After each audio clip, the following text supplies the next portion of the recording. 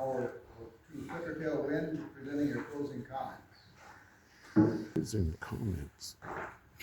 Thank you for listening to us today. We appreciate it, and we appreciate all the comments that were heard. I will say, this is just about the ordinance itself, and we know that there's another process that the project will need to go to be permitted, and that's the next phase of this. So this is really just establishing, as everybody said, the rules of the game, so everybody knows what they need to meet to move forward. I will say there's been some questions about setbacks and decommissioning. I will just note that the Public Service Commission does also require permits, and they have a very extensive decommissioning set of rules and requirements, including financial security both during construction and for the life of the project. That's based, and they do not take into account salvage value. They have to date refused to, because they know it fluctuates. So there are very clear requirements of decommissioning projects, and they have to file annual reports once they're operational to show they're still in operation. The other thing is the setbacks.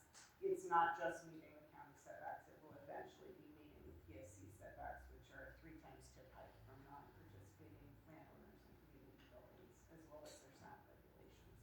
So I say that not because it's part of what we're talking about today specifically, but more that I don't think you have to feel like you have to cover everything in the universe in your ordinance.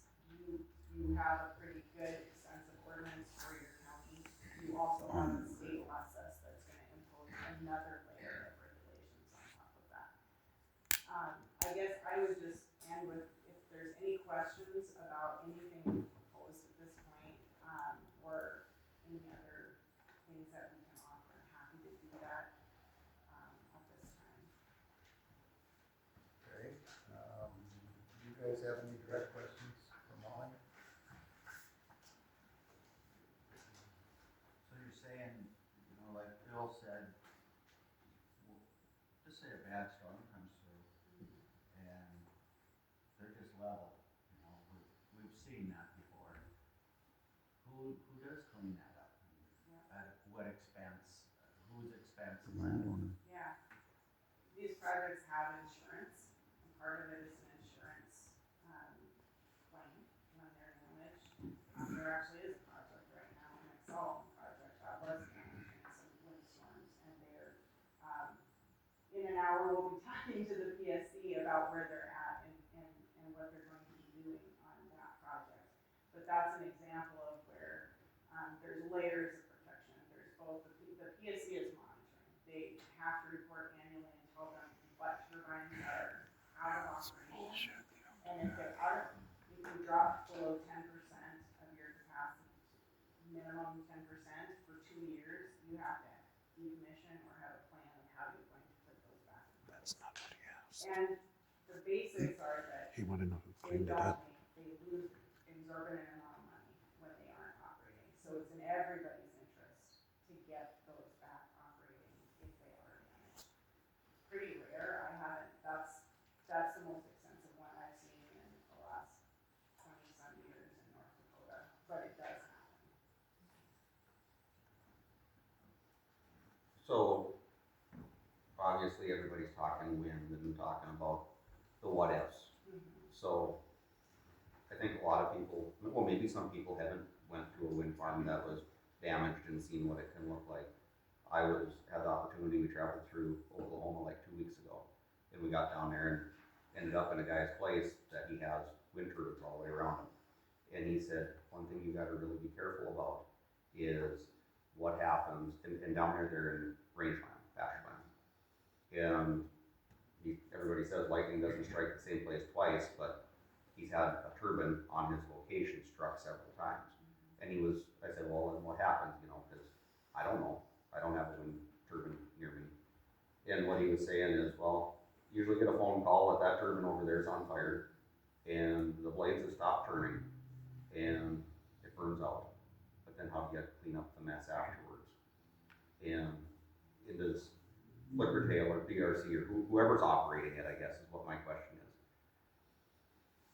are they gonna be able to clean up underneath of them to the point that there isn't gonna be fiberglass in the hay? Cause I proposed an amendment bringing something like that forward, about making certain that there isn't gonna be fiberglass in the hay or when they're grazing. And if somebody's raising food crops on their pinto beans or whatever, and their food crop is contaminated with fiberglass. I mean, is there gonna be something, are them people gonna be hung out to dry, or is there something there, or are they gonna have to fight to, I mean, he was talking like, when that got hit, that blade was sitting up at 12 o'clock and the wind obviously is blowing, and there's pieces from the size of, half the size of this table down to the size of this pen that are getting spread out there. Is there gonna be sufficient cleanup if something like that happens? Or if there isn't sufficient cleanup, are people gonna be taken care of? Yeah, and I'm not an expert on Oklahoma, but I will say the regulations are different. I know there isn't the same kind of. And I was just gonna say, that's Oklahoma, this is here, but I mean, for somebody that is inexperienced and naive to it, I mean, and different companies can be different. What his response to me was, when he got a hold of them, he's like, well, sue us. That was the response of the developer, and he said he got somewhere with his that was struck, but the neighbor didn't get struck anywhere. Their proposed solutions were burn the range off. The fiberglass doesn't burn the grass dead. Then their solution was to plow it under. How do you plow under rangeland? And then what their proposed solution was, they actually came out and walked shoulder to shoulder and picked it up. But they did that before they took the blade down. So then it recontaminated the rest. So what he ended up doing was getting a big commercial lawnmower with a bagger and going and bagging his pasture to keep his cows from dying. Yeah. So I mean, I don't wanna see that. I'm not saying it's gonna happen, It's coming. but I don't wanna see that. Yeah, in context, I grew up in the middle of nowhere in southeastern Montana on a ranch, and we had cows, and I get what you're saying.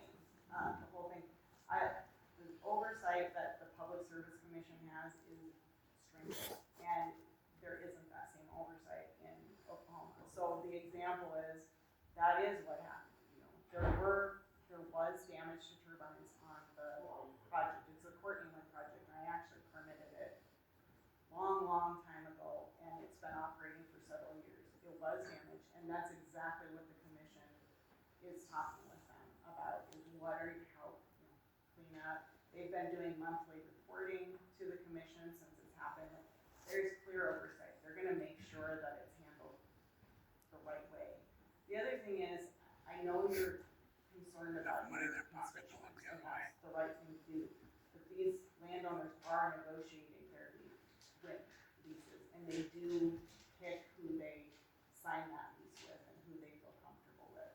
So I think I come back to the landowner right to make that call too, in that piece of it. So I feel good because the PSC's oversight is very stringent and regulating. Plus, I trust the landowners to make their own choices. So the current setback in Eddy County, and I believe it's with PSC also, from a non-participating property line would be 1.1 times the tip height. Correct, Yeah. but the distance from a residence is 3 times. 3 times tip height, correct. But so what I'm getting at is that a tip height of 650 feet above? Is that what these are proposed at?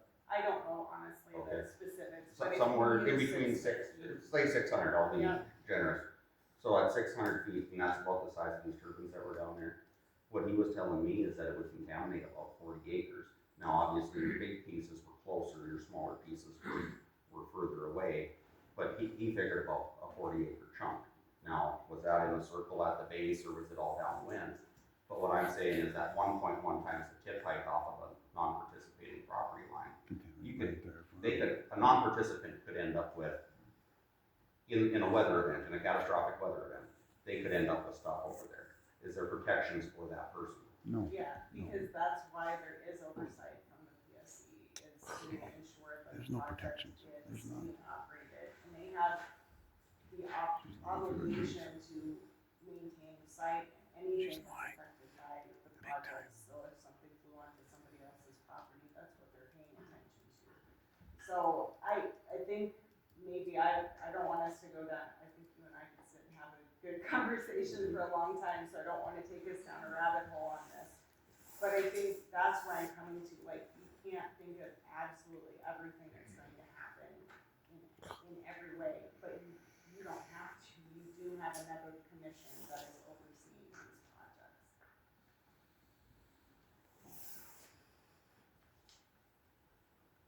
Okay, I guess moving along, I'd like to, thank you very much.